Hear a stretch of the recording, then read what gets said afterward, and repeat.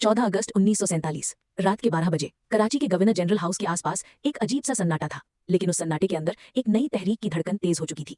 British राज के सालों के दबाव के बाद एक नया मुल्क जन्म लेने वाला था, पाकिस्तान।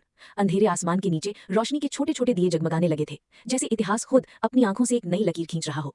मोहम्मद अली जिन्ना, जिनका जिस्म कमजोर हो चुका था लेकिन इरादे अब भी पत्थर की तरह मजबूत थे, उस रात एक ऐसे मोड़ पर खड़े थे जहां से वापस लौटना मुमकिन नहीं था।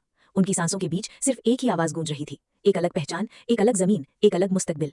लेकिन इस आजादी की बुनियाद सिर्फ खुशी पर नहीं टिकी थी, बल्कि खून, दर्द और बेचैनी के गहरे समंदर पर बनी थी। पंजाब और बंगाल की जमीन पर उसी वक्त आग भड़क रही थी। ट्रेनों के डब्बे जो कभी सफर का जरिया होते थे, अब मौत के संदेश लेकर चल रहे थे।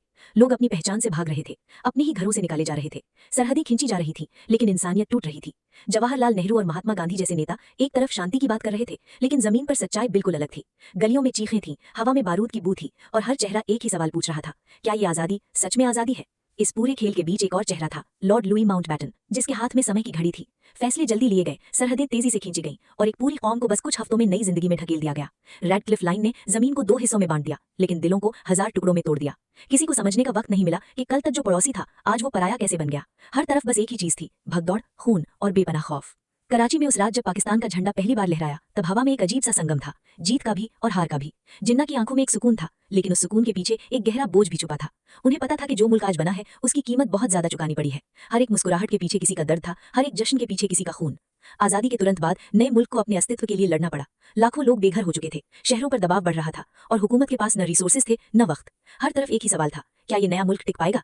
जिन्ना की तबीयत धीरे धीरे गिर रही थी, लेकिन उनकी जिम्मेदारियां बढ़ रही थी। उनके आसपास के लोग उन्हें एक कौम के रहनुमा के रूप में देख रहे थे, लेकिन उनके अंदर एक इंसान भी था जो इस सब बोझ को महसूस कर रहा था। इस दौरान सरहदी इलाकों में जंग के बादल मंडराने लगे। कश्मीर का मुद्दा उभर रहा था, और 2 नए मुल्कों के बीच तनाव अपनी जगह बना रहा था। आजादी सिर्फ एक शुरुआत थी, असली इम्तिहान अब शुरू हुआ था। हर फैसला, हर कदम एक नए इतिहास को जन्म दे रहा था। पाकिस्तान एक ख्वाब था जो हकीकत बन चुका था, लेकिन उस हकीकत को जिंदा रखना अब सबसे बड़ी चुनौती थी। वक्त के साथ 14 अगस्त 1947 सिर्फ एक तारीख नहीं रही, बल्कि एक याद बन गई। एक ऐसी याद जो खुशी और गम दोनों को अपने अंदर समाये हुए है। ये कहानी सिर्फ एक मुल्क की पैदाइश की नहीं है, बल्कि उन लाखों लोगों की है जिन्होंने अपनी जिंदगी, अपने रिश्ते और अपनी पहचान इस एक लम्हे के लिए दांव पर लगा दी। अंधेरा धीरे धीरे छटा, लेकिन उस अंधेरे की परछाइयां आज भी जिंदा है, हर उस जगह जहां इंसानियत ने अपने ही वजूद से सवाल किया था।